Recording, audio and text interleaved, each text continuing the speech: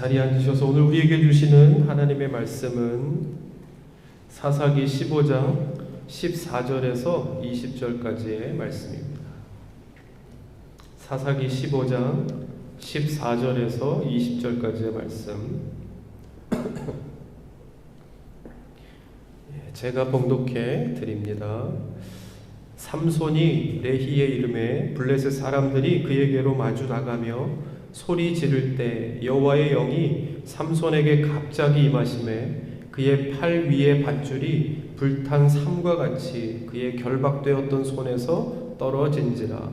삼손이 나귀의 새 턱뼈를 보고 손을 내밀어 집어들고 그것으로 1000명을 죽이고 이르되 나귀의 턱뼈로 한 더미 두 더미를 쌓았으며 나귀의 턱뼈로 내가 1000명을 죽였도다 하니라. 그가 말을 마치고 턱뼈를 자기 손에서 내던지고 그것을 라맛 레히라 이름하였더라.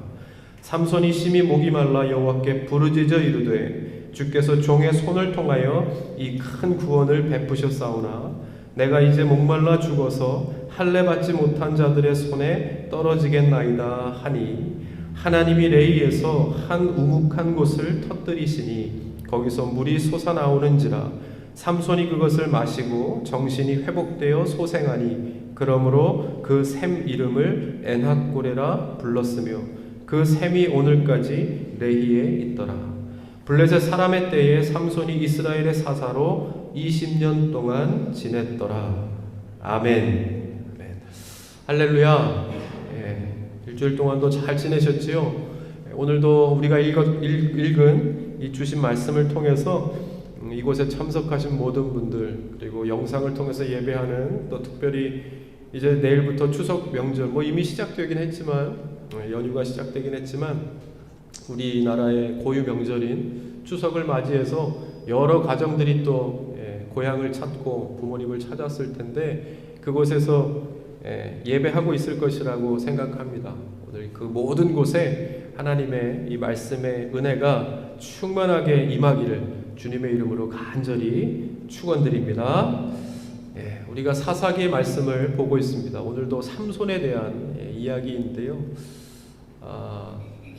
이 사사기는 한마디로 말하자면 하나님 없는 시대가 어떠했겠는가 하는 것을 우리가 이 사사기의 역사를 쭉 읽어보면 어느 정도 가늠하여 짐작하여 알 수 있죠.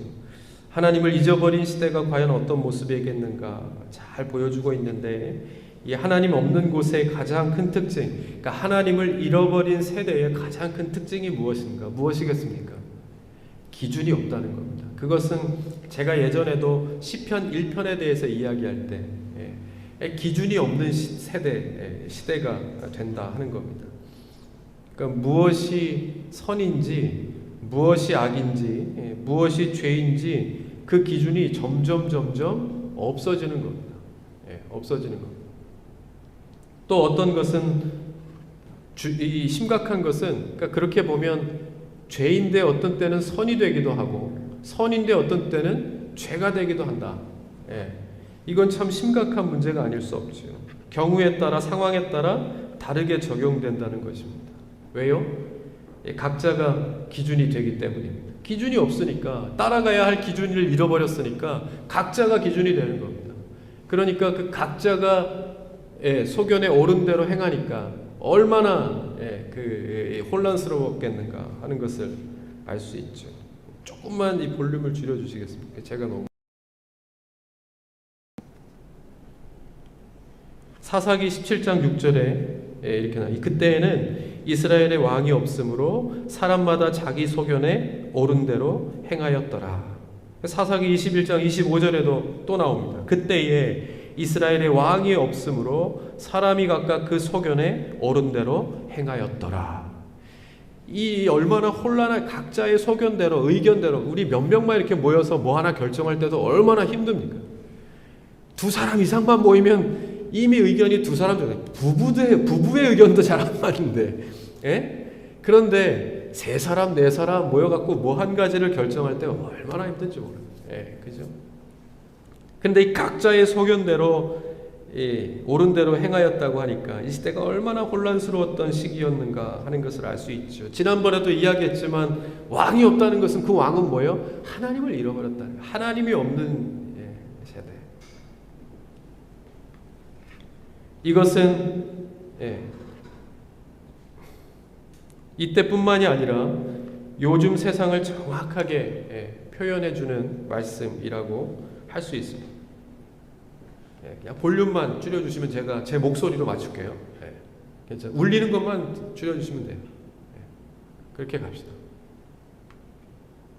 요즘 세상을 정확하게 표현해주는 말씀이라고도 할 수 있습니다. 그러니까 혹자는 요즘 세상에 대하여 말세라고도 하고 이미 예견된 종말의 징후라고도 말하는 사람, 비가 조금만 많이 와도 이렇게 산사태가 나도 요즘 이전에 볼 수 없었던 그런 것들을 보면서 야, 이거 때가 되었다 이야기하는 사람들이 많이 있지만 맞지요. 누가 봐도요. 소망이 없고 이 회복의 기미가 과연 있겠는가 보이지 않는다 하는 어떤 세상의 이 모습들이 많이 보입니다. 그야말로 다 자기 소견에 옳은 대로 행하는 사람들의 이 세상이 이렇게 평화롭고 안정된다는 것은 참 어려운 일일 것입니다. 이것들을 이렇게 보면 우리 교회가 해야 될 역할이 무엇인가 하는 것이 점점 더 분명해져 간다 하는 것을 알 수 있습니다. 여러분, 이럴 때 교회가 그래도 소망의 말씀을 선포할 수 있어야 합니다. 하나님께서 그런 세상 가운데 어떤 그렇게 기복이 있는 세상 가운데 여전히 하나님의 교회를 굳건하게 세워주신 이유는 그 역할을 감당하라는 겁니다. 그것이 뭐예요? 어느 순간에도 변함없는 하나님을 선포해야 한다는 것입니다. 하나님의 계획은 아무도 모르고 주님이 언제 오실지 알 수 없다고. 누구만 안다? 아버지 하나님만이 아신다고 그렇게 말씀하시면서 우리가 해야 할 것에 대해서 분명하게 말씀합니다. 그건 뭡니까? 준비하는 겁니다. 누가 준비하는 사람이겠습니까? 내일에 대한 소망이 있는 사람이 준비하는 사람입니다. 소망이 없으면 준비할 마음이 들지 않습니다. 절망하고 포기하면 그러한 마음조차 들지 않습니다. 그런데 내일 언제라도 거기에 대한 소망이 있다고 하면 오늘 이 시간을 들여서 준비하는 사람이 될 수 있는 겁니다. 그러므로 끝이다, 종말이다, 말세는 결과적으로 우리로 하여금 마지막 날에 대한 소망을 갖게 하는 것이 진짜인 겁니다. 그 진짜의 복음을 선포하는 곳이 교회가 되어야 하는 겁니다. 스가랴서는 이 그날에 대해서 쭉 설명합니다. 그날은 뭡니까? 주님 오시는 날을 말합니다. 그러니까 주제 말씀이 여호와의 날이 이르리라 하는 겁니다. 언젠가는 여호와의 날이 임할 것이라 하는 것에 대해서 스가랴서가 증거하고 있죠. 믿으십니까? 다 믿습니다. 언젠가는 주님이 다시 오실 것이라, 그날이 임할 것이라는 것을 우리는 믿죠. 그러나 중요한 것은 그날은 안다 모른다? 모른다는 거예요.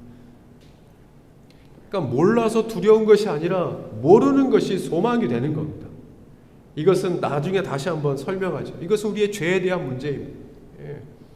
모든 것을 종합하여 그것이 왜 소망이 되는가? 세상에 그러한 징후가 언제나 나타날 것이다. 팽배할 것인데 그것으로도 알 수 없는 것이 그날이라는 겁니다. 그게 언제입니까? 스가랴서 14장 7절에 이렇게 말씀합니다. 여호와께서 아시는 한 날이 있으리니 낮도 아니요 밤도 아니라 어두워 갈 때에 빛이 있으리로다. 아멘. 이 말씀이 무슨 말씀이겠습니까? 주님 오시는 날이, 이 주님 오시는 그 시간이 우리가 생각하는 날, 그 시간의 개념과는 다를 수 있다는 겁니다. 낮도 아니고 밤도 아니고 너희들이 생각하는 그런 개념의 이 임함이 아닐 것이라는 거예요. 누가 한다? 하나님만이 하는 것이다. 이것이 믿음으로 연결되는 겁니다. 그러므로 하나님을 바라보고 하나님을 구하고 하나님 앞에 소망을 두고 살아가는 것이 옳은 것이다 하는 것을 말씀하고 있는 것입니다. 그러므로 이 땅에서 종말에 대해서 그리고 주님 오시는 날에 대해서 요즘에 더 많더라고요. 예, 더 많이 있는데, 그렇게 가르치는 사람들도 많이 있는데 그것은 아무도 모릅니다. 그러니까 그런 가르침을 통해서 중요한 것은 뭡니까? 그런 가르침을 통해서 결국에는 하나님께 소망을 두어야 한다는 결론으로 가는 것이 맞는 겁니다. 예, 맞는 겁니다.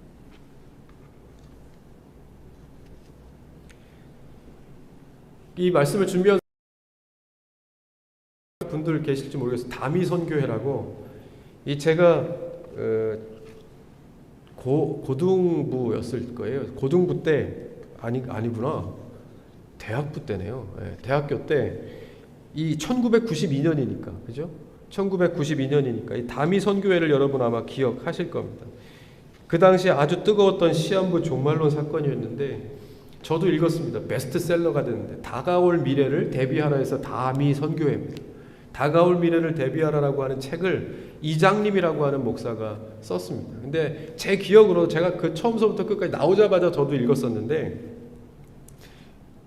제 기억으로는 아마 5살, 6살짜리 그 아이를 통해서 계시를 주십니다. 그러니까 몇 년, 몇 월, 며칠에 내가 올 것이라. 그야말로 휴거라고 그러죠. 이 땅에 믿는 사람들이 들림을 얻게 될 것이라, 받게 될 것이라 하는 계시를 받습니다. 근데 그 스토리가 얼마나 정교하고 치밀했는지 제가 그 책을 읽고 믿었습니다. 그래서 지금 생각하면 막 이렇게 막 소름이 돋을 정도로, 제가 그때 또 우리 청년들 막 모이라고 하면 막 다 모입니다. 다 모여서 막 수요 철야시키고 막 금요 철야시키고 임원들 모여서 막 철야기도 하고 새벽 4시까지 막 하고 출근을 시키고 학교 가고 막 그랬는데, 이 책을 딱 읽고 제가 불이 붙었습니다. 아, 오신다. 오실 때가, 이 책은 너무 치밀하고 너무 막 이 스토리가 너무 잘 맞아 떨어지는 거예요. 그래서 그때도 이제 청년들을 모아서 같이 기도하면서, 야, 이때는 책 다 제가 막 사갔고요. 책도 나눠줬어요. 이 책도. 예, 이런 2단 책을 제가 다 나눠줬어요. 읽어봐라, 임원들한테. 이거 읽어봐라. 진짜다. 읽고 우리 기도하면서 우리도 같이 휴거를 준비해야 되지 않겠느냐. 제가 그때 그랬다니까요. 막 울면서 기도하고요. 우리 깨어 있어야 된다고 하고, 이 책을 읽어봐야 되고, 제가 막 해갖고 북쉐어링까지 하고, 막 독후감 써와라 그래갖고 일주일에 한 번씩 임원들 모여서 북쉐어링 하고, 책을 막 한 10번씩 읽히고 막 그랬다니까요. 이 책의 결론이 그것입니다. 1992년 10월 28일에 휴거가 일어난다. 다 준비해라. 이게요, 한국뿐만이 아니라 세계를 강타했습니다. 예, 세계 모든 사람이 다 주목할 정도로 엄청났습니다. 그래서 별하별 사연들이 다 있지만, 어떤 사람은 집을 팔아서, 주님 오실 건데 집 팔아서 그 판돈을 빚진 친구들에게 이렇게 빚 갚으라고 주기도 하고, 빚을 탕감해 주기도 하고, 주님 오실 거니까 싸웠던 사람들 가서 화해하는 것은 말할 것도 없고, 이 집 가족들한테도 했는데, 가족들이 말을 안 들으면 이별하고 들어가고 해서 1992년 10월 27일 밤에 그 선교회 사무실로 다 예배당으로 다 모입니다. 다 짐 싸들고 다 모이죠. 그때 그 앞에서 막 장사진을 치면서 촬영을 하고 기자들이 모여들고, 제 기억으로는 생방송을 했던 것 같습니다. 생방송. 과연 무슨 일이 일어나느냐. 28일 0시 00분 00초에 과연 무슨 일이 일어나는가. 생방송을 했던 것 같습니다. 막 2시간, 3시간 전, 6시간 전부터 막 기도하고, 막 뜨겁게 기도하고, 찬송하고, 막 난리를 치다가 10, 9, 8, 7, 3, 2, 1 했는데, 눈 떠서 보니까 다 그대로 있는 거예요. 하나님의 시간과 우리의 시간은 다를 수 있다. 기도하자. 그래서 또 기도하고 찬송을 아무리 하고 막 새벽 1시가 되고 2시가 됐는데도 결국에는 아무 일도 일어나지 않았습니다. 여러분, 참된 복음은 우리로 하여금 결과적으로 하나님께 대한 소망을 더 견고하게 하는 것입니다. 견고하게. 왜요? 시간도 때도 모릅니다. 그것은 우리의 개념, 우리가 만들고 우리가 살아왔던 우리의 이 개념과는 완전히 다르다고 계속해서 말씀하시는 것은 주님이 오시는 것도 그 사건도 그 상황도 우리가 생각하는 것과는 다를 수 있다는 것. 그러므로 그 모든 것을 다 종합하여 볼 때 이 말씀은 무슨 말씀입니까? 그냥 우리가 살아가는 이 세상 가운데 하나님께 대한 소망을 더 견고히 하고 믿음으로 사는 것이 맞는 것이다 하는 것을 말씀하고 있는 겁니다. 여기서도 마찬가지입니다. 하나님께서는 삼손을 통해서 그리고 이스라엘의 사사들을 통해서 말씀하고 있는 것이 아직 너희들에게 소망이 있다는 것을 잊지 말라는 겁니다. 이 백성들은 그것마저도 잃어버린 사람들입니다. 그죠? 하나님을 잊어버리니까 기준도 없고 소망을 어디에다 둘 줄도 모르고 얼마나 많은 우상을 섬기며 거기에다 기쁨의 원인, 이유를 두고 살았겠느냐 하는 것입니다. 그런 백성들에게 하나님께서는 끊임없이 콜하시는 겁니다. 하나님께서 포기하지 않는 이상 절망하거나 실망할 필요가 없다는 것입니다. 다 계획이 있기 때문에 나를 믿고 구하면 내가 너희를 구원할 것이라 하는 것을 이 삼손을 통해서 사사들을 통해서 말씀하고 있는 겁니다. 그럼에도 불구하고 안타까운 것은 이 우매한 백성들은 이것을 알지 못합니다. 알아듣지 못하고 깨닫지 못합니다. 왜이겠습니까? 하나님을 잃어버렸기 때문에.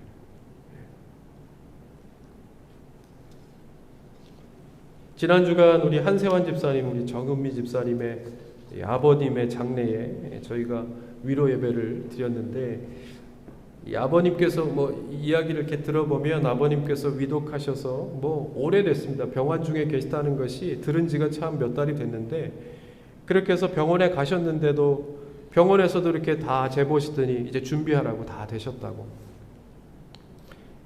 그럼에도 불구하고 또 얼마 지나지 않아서 수치가 또 정상으로 돌아오고, 이것을 의사나 간호사가 설명할 수 없는 겁니다. 그러니까 다시 병상을 옮겼다가 또 호스피스로 옮겼다가 거기에서도 이제 준비해야 된다. 그래서 장례식장까지 다 예약까지 하고 다 그렇게 했는데도 불구하고, 게다가 음식도 다 끊으신 겁니다.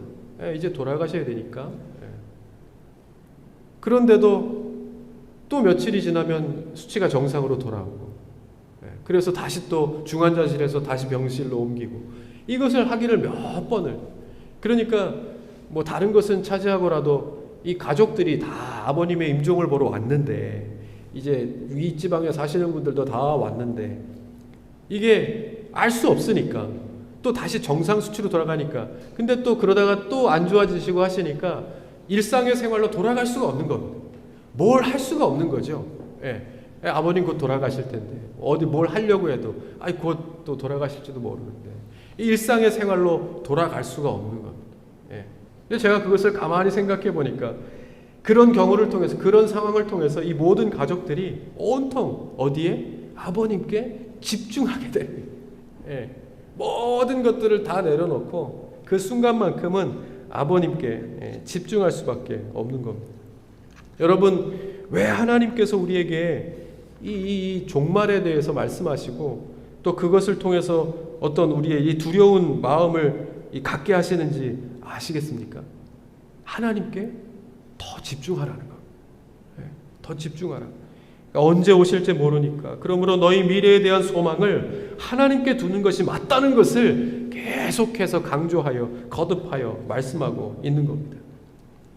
이 장례 때가, 평소에도 제가 그날 설교했지만 평소에 죽음에 대해서 생각하고 사는 사람들이 누가 있겠습니까? 어릴 때는 더 이 어리고 젊은 시절이 갈 거라고는 전혀 생각하지 않죠. 그죠? 20대는 20km로 가고 30대는 30km로 가고 40대는 40km로 간다고. 정말 맞는 것 같아요. 그때는 그것에 대해서 생각해 보지 않는데, 조금 성인이 되어서 이제 이런 목사가 된 다음에 이제 상례 같은 것이 생기면 그때 설교를 준비하면서 그런 죽음에 대해서 생각하고 그렇게 되는 것 같습니다. 이 죽음이 무엇입니까? 끝나는 것인데, 그죠? 끝나는 것인데 언제 끝날지 모르는 것만큼 또 안타깝고 이 괴로운 일이 어디 있겠습니까? 근데 그것은 이 병실에 있는 사람들만의 문제는 아닙니다. 우리도 똑같은 사람들이에요. 그죠? 올 때는 다 순서가 있다고 하는데 가는 것은 순서가 없다고 하지 않습니까? 지금 위독하여 병석에 누워있는 사람과 건강하여 이렇게 나와 있는 사람과의 차이는 무엇입니까? 그냥 이 단순히 오래 사는 것으로 놓고 봤을 때는 누구도 장담하지 못합니다. 이것에 대해서 말씀하시는 이유는 한 가지입니다. 우리는 다 돌아가야 될 곳이 있는 사람들이라는 사실을 잊지 않고 살아야 한다는 거예요. 잊지 않고 살아야 합니다. 그것이 믿음이 되고 그것이 이 땅을 살아가는 소망이 되기 때문입니다. 우리는 그것을 가지고 살아야 되는 사람. 오늘 말씀도 하나님께서 삼손을 통해 이 백성을 향하신 소망의 말씀을 선포하고 계신 겁니다. 그런데요, 이 내용은 이 삼손이 이 1000명의 블레셋 사람을 쳐서 죽이는 내용입니다. 아마 교회 학교에 다녀보신 분들은 이거 많이 그림으로 많이 보셨을 겁니다. 떨어져 있는 낙이 턱뼈를 주워서 이렇게 블레셋과 싸우는 그림이 예전에는 공과 책에 이렇게 많이 등장했었습니다. 그런데 이 삼손이 그 싸움을 마치고 1000명 1대 1000으로 싸웠으니까 저도 예전에 한 1대 16 정도는 해봤지만 1대 1000 정도는 좀 가늠이 안 가지 않습니까? 집중하세요.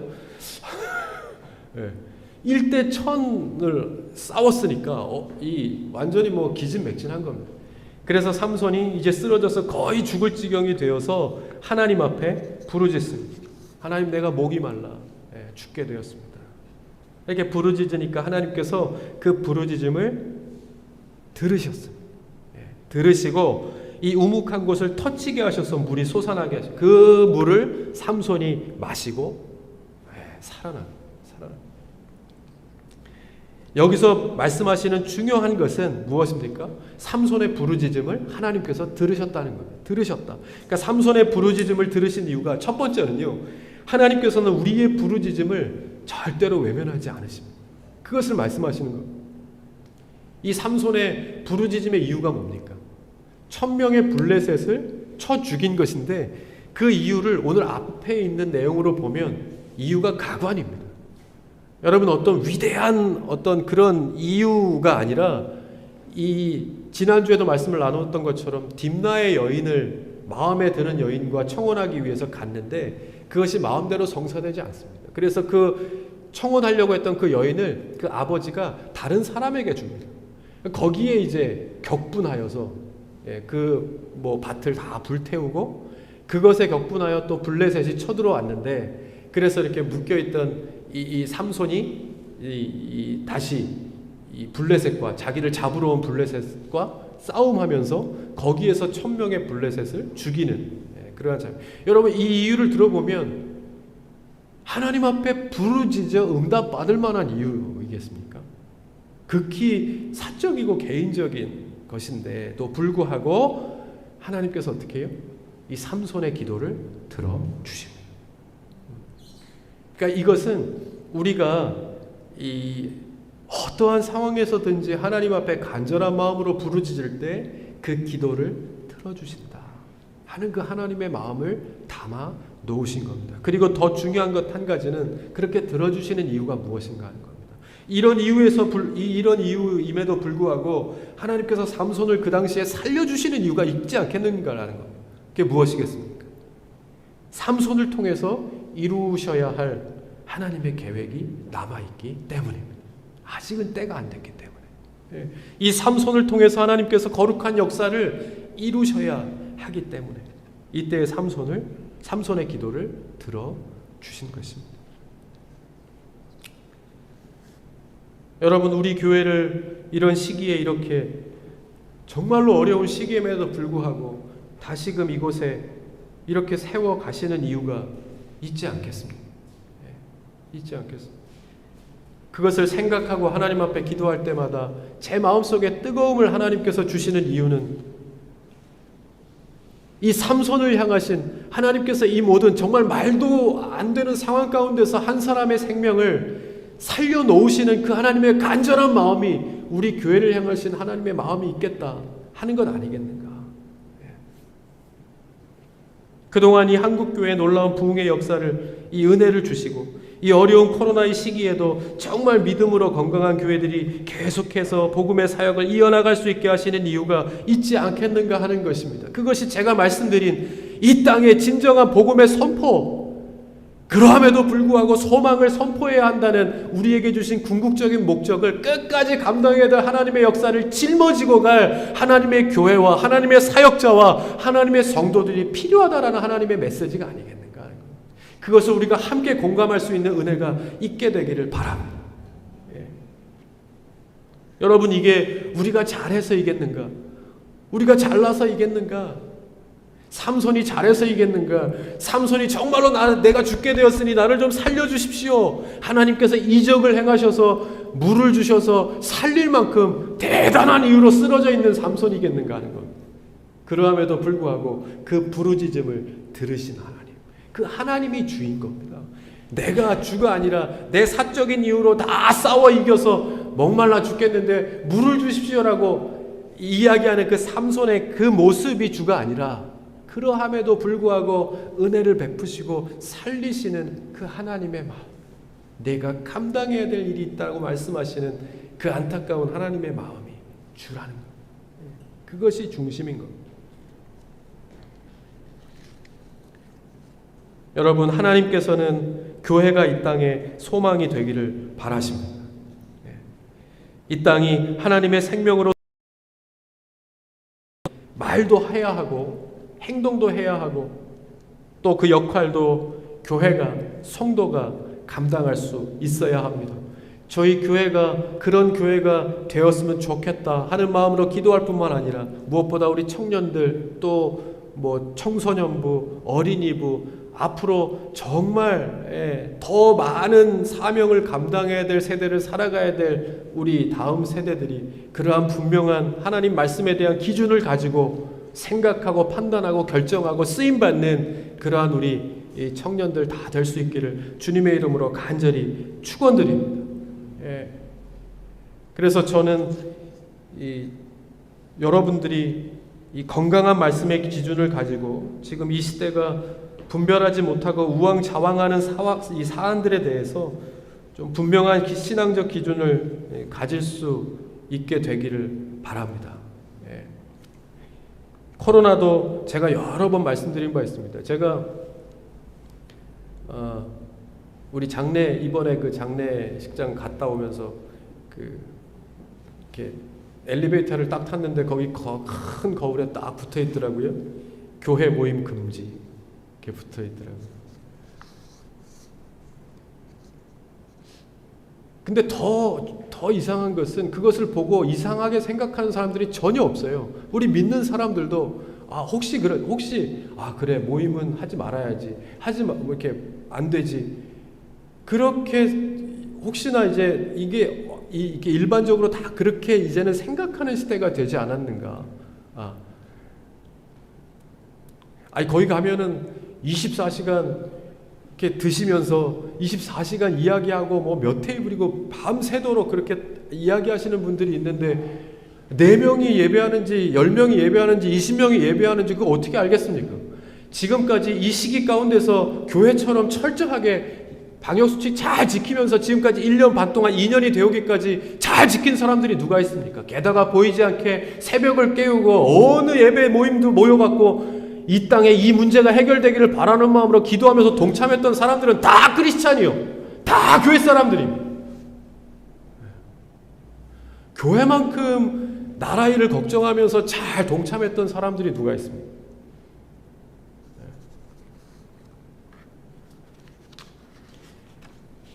다른 것 제가 어떻게 했는지 여러분들이 더 잘 아시니까. 그러니까 중요한 것은 교회 모임 금지라고 붙여 있으면서도 우리가 어느 순간에 그것이 그냥 당연한 것처럼 우리가 다 되어버렸다는, 그게 중요한 문제라는 겁니다. 그것이 중요한 문제.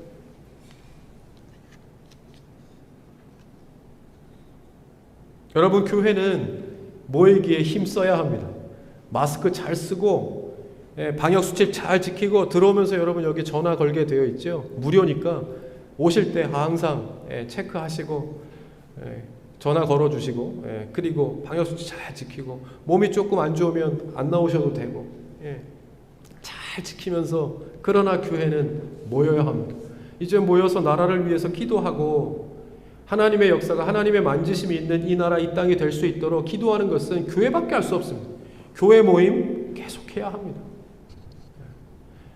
이것은 제가 이야기하겠지만 영적인 문제입니다. 영적인 문제.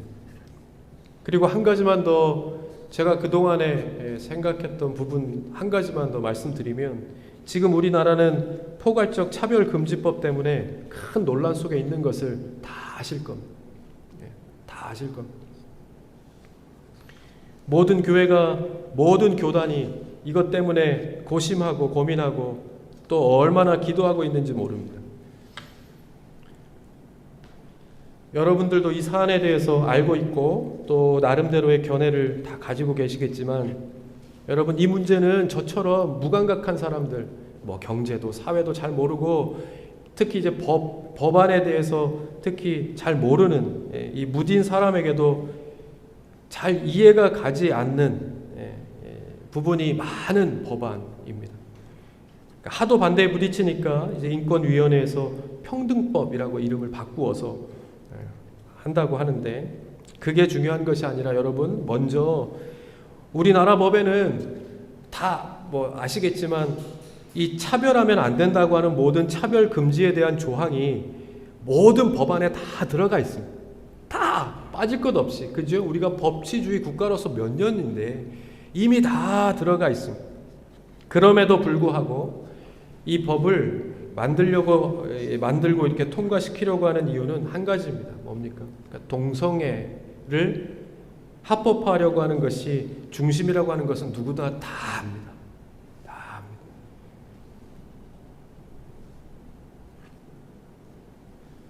한마디로 말하면 결론적으로 말하면 이것은 동성애가 합법화가 된다고 하는 것은 동성애가 죄다라고 말할 수 없는 세상이 된다는 것입니다.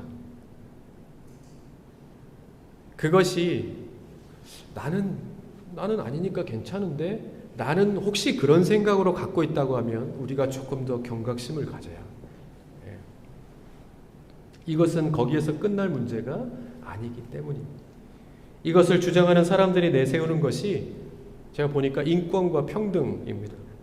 그러니까 여러분 우리가 가장 먼저 이해해야 하는 것은 우리가 지향하는 그리고 이 세상이 지향하는 모든 바른 인권과 평등 뭐 장애인이나 비장애인이나 어려운 사람이나 가난한 사람들이나 남자나 여자나 정말 평등하고 이 모든 사람이 잘 아름답게 조화를 이루어 살 수 있는 모든 인권과 평등의 모범적인 사례는 어디 있습니까? 성경에 다 들어가 있습니다. 하나님께서 이미 그 기준을 마련하시고 말씀하신 성경 안에 다 들어가 있는 거예요.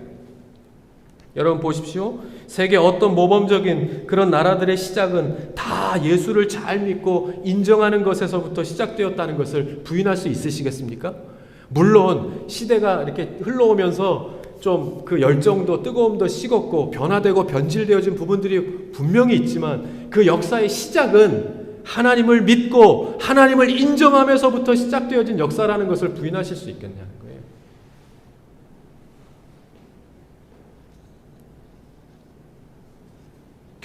결론부터 이야기하자면 이 어려움은 이것으로 야기되어지는 갈등과 분열과 싸움의 원인은 이 평등과 인권의 문제는 아닙니다. 즉 평등과 인권의 문제 해결로 해결될 사항이 아니다라고 하는 겁니다. 이것은 영적인 문제입니다. 우리 믿는 사람들이 이 시대의 흐름과 모양을 믿음의 눈으로 바라볼 수 있어야 합니다. 동성애 문제도 마찬가지입니다. 여러분 성경은 잘 보면 평등이 결코 사람들이 다 똑같이 사는 것이 평등이라고 가르치지 않습니다. 성경은 은사와 역할을 이야기합니다. 각자 하나님께서 조화롭게 만드신 그 자리에서 각자의 역할을 잘 감당할 때 그것이 조화를 이루어 아름다운 하나님의 나라를 이루어 간다라고 말씀합니다. 그 평등은 우리가 생각하는 것과 우리가 생각하는 시간과 날의 개념이 아닌 것과 마찬가지로 성경이 말하는 평등과 그 개념은 다르다 하는 것을 알 수 있습니다.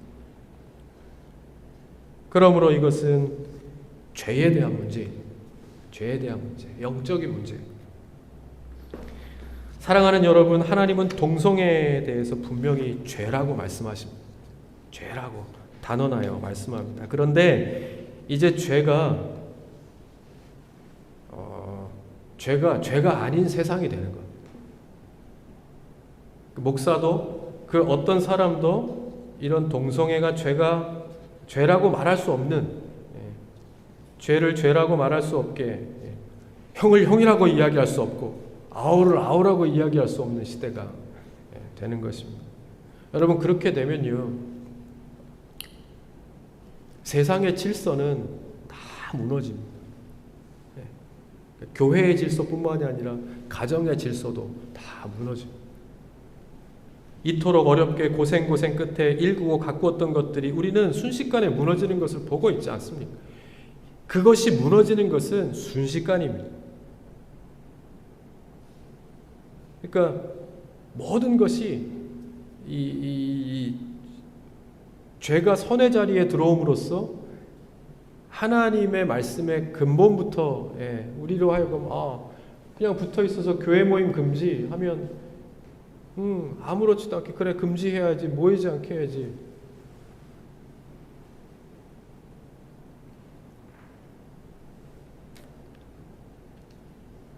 어떤 목사님 말씀하시기를 남자와 남자가 결혼을 하고 여자와 여자가 결혼을 해서 이렇게 가정을 이루면 생육하고 번성은 누가 하느냐는 거예요. 생육하고 번성. 이것은 단순히 어떤 인구가 감소하고 그런 문제가 아닙니다. 이 끝은 그야말로 인류의 문제가 되는 것이겠죠. 여러분, 하나님이 없다 생각하는 사람은 어리석다라고 말씀하셨는데 인간의 어리석음의 끝이 무엇인지를 아주 극렬하게 보여주고 있는 겁니다. 무엇이겠습니까? 욕심은 죄를 낳고 욕심은 인간의 어떤 사적인 욕심과 사리 사욕 때문에 시작되어진 이 모든 일들이 결국에는 사망을 낳는다. 성경이 그대로 말씀하고 있는 겁니다. 이것이 뭐요? 하나님 말씀이 없는 까닭이라. 자기 소견에 옳은 대로 행하는 세상이 이끈 결과라. 성경은 이미 말씀하고 있습니다. 그러니까 하나님을 믿지 않는다는 것, 이것이 다 여러분 연관되어진 겁니다. 우리가 믿음으로 살아야 한다는 말씀과 다 연관되는 겁니다. 하나님을 믿지 않는다는 것, 우리가 믿음 없이 산다는 것이 이만큼 심각한 문제라는 것을 하나님의 말씀의 기준을 잃어버린 백성들의 삶이 결국에는 어떻게 될 것이라는 것을 말씀하고 있는 겁니다. 여러분, 제가 교회 다닐 때 예배당에 이렇게 뭐라고 하는 거 아닙니다. 모자 쓰고 있는 사람은 없었어요. 모자 쓸 수가 없었어요. 그죠? 기억하시죠? 예전에 교회 가면 뒤에 가면 이렇게 탁 모자뿐만이 아니라 기도할 때 눈 뜨는 거 여러 가지 있었던 것 같아요. 하여튼 그야말로 좀 지금으로 보면 말도 안 되는 거겠지만 그 당시에는 그것이 예배를 드리는 제열이라고 생각했고, 또 길거리에 갈 때 남자가 이렇게 귀걸이를 한다거나 코를 뚫는다거나 피어싱을 한다거나 머리에 물들이는 것조차도 이상하게 쳐다보는, 남자가 화장을 한다는 거 생각지도 못해요. 지금은 남자 화장품 팔지 않습니까? 불과 50년이 지났습니까? 60년이 지났습니까? 그럼에도 불구하고 시대가 급격하게 변화되어 가고 있다는 것을 우리는 느끼고 있는데, 불과 그만큼 지났음에도 불구하고 이 시대가 되어서 지금 이 동성애가 합법화가 되어야 한다고 하는 지경까지 오게 된 것입니다. 여러분들은 어떻게 생각하십니까?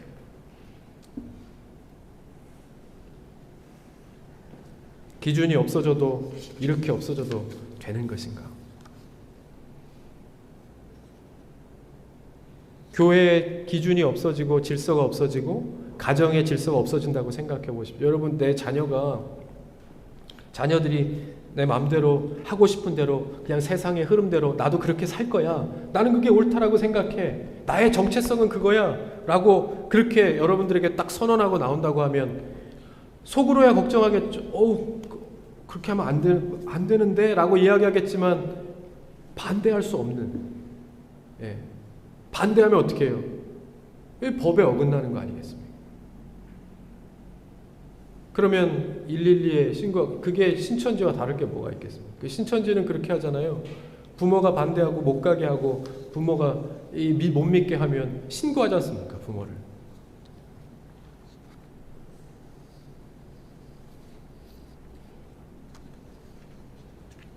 이것이 사사기 때만의 문제가 아니라는 것을, 하나님의 말씀을 기준을 잃어버린 시대의 그 모양이 이 사사기 때만의 문제가 아니라는 것을 말해주고 있죠. 이것이 다 우리의 문제이고 우리 자녀의 문제가 될 수 있겠다 하는 것입니다. 물론 이 동성애 문제에 대해서 찬성하시는 분들도 계실 겁니다. 그러나 그분들의 의견은 또 다른 측면에서의 찬성이라는 것을 분명히 알고 있습니다. 필요한 부분이 있고 우리가 더 살려나가야 되는 부분이 있다라는 것은 충분히 압니다. 저도 동성애, 성소수자로 불리는 사람들을 정말 사랑과 긍휼로 품고 그들의 아픔을 이해하고 함께 해결해 가야 한다는 것에는 전적으로 동의합니다. 그러나 그것이 동성애가 죄가 아니고 그냥 합법화가 되어야 한다는 그런 문제와는 완전히 다른 차원의 이야기입니다. 예수님도 죄를 용서하셨지 죄가 아니다 합법화하시지는 않으셨다는 거예요. 2000년도부터 퀴어 축제가 시작되어서 이제는 전국에서 지역별로 열리고 있습니다. 매년 열리고 성대하게 열리고 있습니다. 저도 참석해 본 적이 있습니다. 서울에 있을 때 교회에서 예배를 드리고 모든 성도들이 다 시청 앞에 함께 모여서 반대 집회를 했던 퀴어 축제를 하는 날, 반대편에서는 퀴어 축제를 아주 성대하게 치르고 있고, 그리고 그 반대편의 건너편에서는 교회들이 모여서 반대 집회를 했습니다. 여러분 보신 적 있는지 모르겠습니다. 저는 무엇으로 표현할 수 있을지, 그 의상이나 행위나 누가 보아도 알 수 있는데 그 집회가 이제 1년, 20년 정도가 되어져서 이제 그것이 합법화가 된다?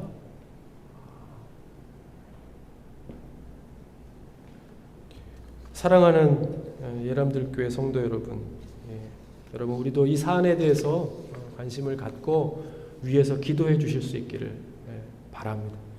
지금 모든 교회가 그리고 교단이 또 총회 기간을 통해서 성명도 발표하고 또 치열한 아주 간절한 기도를 하고 있습니다. 하나님께서 지혜를 주시고 또 믿음을 주셔서 이 세상이 자기 소견대로 서견에 옳은 대로 흘러가는 그런 세상이 아니라 하나님의 주권을 인정하고 그 권위 아래서 우리가 올바른 예배자로 그리고 하나님 나라에 대한 소망을 더 견고하게 가지면서 그렇게 이 세상을 이끌어가는 교회로, 성도로 자리매김할 수 있도록 그렇게 기도하며 나아갈 수 있는 저와 여러분 다 되실 수 있기를 바랍니다. 이 말씀을 드리는 것은 어쨌든 추석이고 온 가족이 함께 모이고 함께하는 날, 제가 더 위로의 말씀을, 축복의 말씀을 하고 싶었는데 또 오늘 같은 날 이런 다음 세대에 대한 이야기를 한번 하는 것도 괜찮겠다 해서 말씀을 드립니다. 여러분 다시 한번 말씀드리는 것은 이것에 대해서 한번 관심을 갖고 우리 같이 기도하면서 이것들이 하나님께서 원하시는 방향대로 잘 흘러갈 수 있도록 위에서 기도해 주실 수 있기를 바랍니다. 우리 같이 한번 기도하죠. 그러므로 이 모든 것이 다 영적인 문제이고 죄의 문제임을 하나님께서 말씀하여 주십니다. 하나님 무엇보다도 우리가 하나님의 말씀의 기준을 더 견고하게 가지고 하나님 나라에 대한 소망을 품고 나아가는 주님의 교회, 주님의 성도 되게 하여 주시옵소서. 그래서 이 땅 가운데 흐름이 그 죄의 문제를 뛰어넘고 하나님의 기준을 잃어버리고 나아가지 않게 하나님 우리에게도 지혜와 명철을 하나님 허락하여 주셔서 특별히 우리 위정자들에게 그리고 모든 우리 이 땅에 이것을 가지고 기도하는 모든 우리 그리스도인들에게 교회에 하나님께서 그 마음을 허락하여 주셔서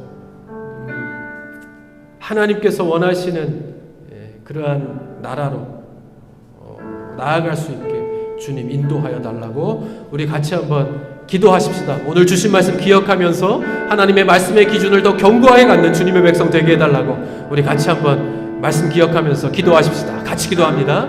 하나님 그렇습니다. 하나님 오늘도 우리가 이렇게 모여서 주님 앞에 예배하면서 나아가는 주여 주님께서 도와주셔서 이 땅 가운데 우리가 원하지 않는 모습들을 나아갈 때가 많이 있습니다. 주님 도와주셔서 아버지 역사하여 주시옵소서. 주여 충만케 하시옵소서. 우리에게 지혜와 명철과 믿음을 허락하여 주셔서 주님 이 땅 가운데 필요한 주의 역할들을 잘 감당할 수 있게 하시고 아버지 정말 하나님의 말씀을 붙들고 나아가는 소망의 민족들 될 수 있도록 주여 역사하여 주시옵소서.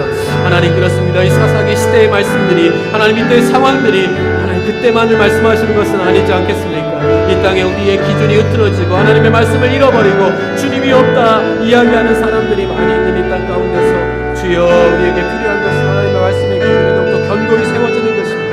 주시옵소서. 주여 주여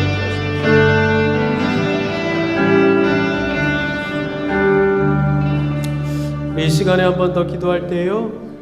우리나라 명절을 맞이해서 이제 또 모든 가족들이 함께 모이고 또 고향을 찾고 이러할 텐데 우리 성도들 어디를 또 다녀오든지 하나님께서 안전한 발걸음 되게 하시고 기쁨의 모임들이 되게 하시고 건강한 만남이 되게 하셔서 어디에 있든지 그렇게 주신 하나님의 은혜를 나누며 기쁨을 나누고 그렇게 또 원래의 자리로 돌아올 수 있는 그러한 추석 명절이 될 수 있도록 도와달라고 우리 같이 한번 우리 추석 명절 은혜의 추석 명절이 되게 해달라고 같이 한번 감사하며 기도하십시다. 한 번 더 기도하십시다. 하나님 그렇습니다. 또 우리나라 고유의 명절인 추석을 맞이하여서 우리 성도들도 함께 모이고 고향을 찾고 그런 명절이 될 터인데 하나님 그럴 때마다 하나님 주신 기쁨을 나누는 그러한 모임들이 다 될 수 있도록 주님 인도하여 주시옵소서. 안전하게 하시고 건강하게 하시고 하나님을 예배하는 자리가 될 수 있도록 주여 인도하여 주시옵소서. 하나님 인도하여 주시옵소서. 아버지 다시 한번 간절히 바라옵기는 오가는 발걸음 주님께서 안전하게 붙잡아 주시고 하나님 주신 은혜를 나누는 자리가 되게 하시고 또 원래의 자리로 돌아왔을 때 우리 쉼을 통하여 더 하나님 일에 매진하고 주의 몸된 교회를 세워가고 그렇게 하나님의 기쁨을 나누는 일에 쓰임받는 주님의 성도를 되게 하여 주시옵소서. 축복하여 주시옵소서. 하나님 역사하여 주시옵소서.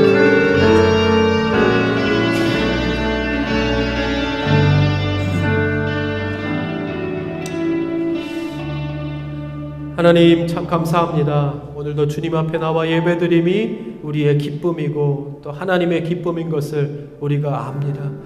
그렇게 주님 앞에 왔습니다. 고백하며 우리의 마음을 열 때 우리의 마음속에 꼭 필요한 많은 것들을 소진하고 또 그렇게 하면서 살았던 세상에서의 우리의 영과 육 가운데 오늘도 필요한 주의 평안과 안식이 충만히 채워지는 역사가 있게 하여 주시옵소서.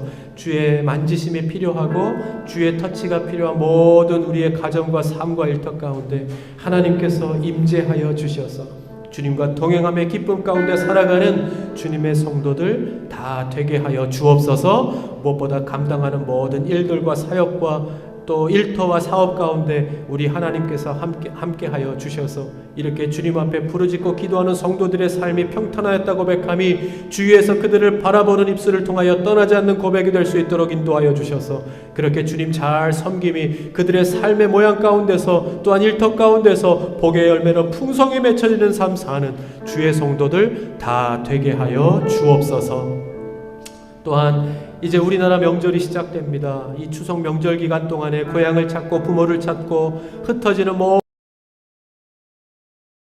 하나님께서 동행하여 주셔서 안전한 발걸음 되게 하여 주시고 그렇게 쉼을 얻고 은혜를 함께 나누고 돌아와서 그 힘을 가지고 그 기쁨을 가지고 또 원래 자리에서 주의 몸된 교회를 세워가고 주의 사역들을 잘 감당하는 일에 쓰임받는 주의 성도들 될 수 있도록 그러한 기쁨의 또 안식의 그러한 추석 명절 다 될 수 있도록 주님 축복하여 주시옵소서. 하나님, 오늘 이곳 가운데 나와 예배하는 모든 성도들 그리고 영상을 통해 예배하는 모든 성도들 가운데 함께하여 주심을 믿습니다. 오늘도 주신 말씀 우리 마음 가운데 충만히 채워져서 그 은혜로 매일매일 하나님을 기억하며 살아가는 주님의 성도들 될 수 있도록 인도하여 주셔서 하나님과 동행함이 기쁨입니다. 그 고백이 우리 입술을 통하여 떠나지 않는 고백이 될 수 있도록 그렇게 주님과 함께 동행하며 살아가는 주의 성도들 되게 하여 주옵소서.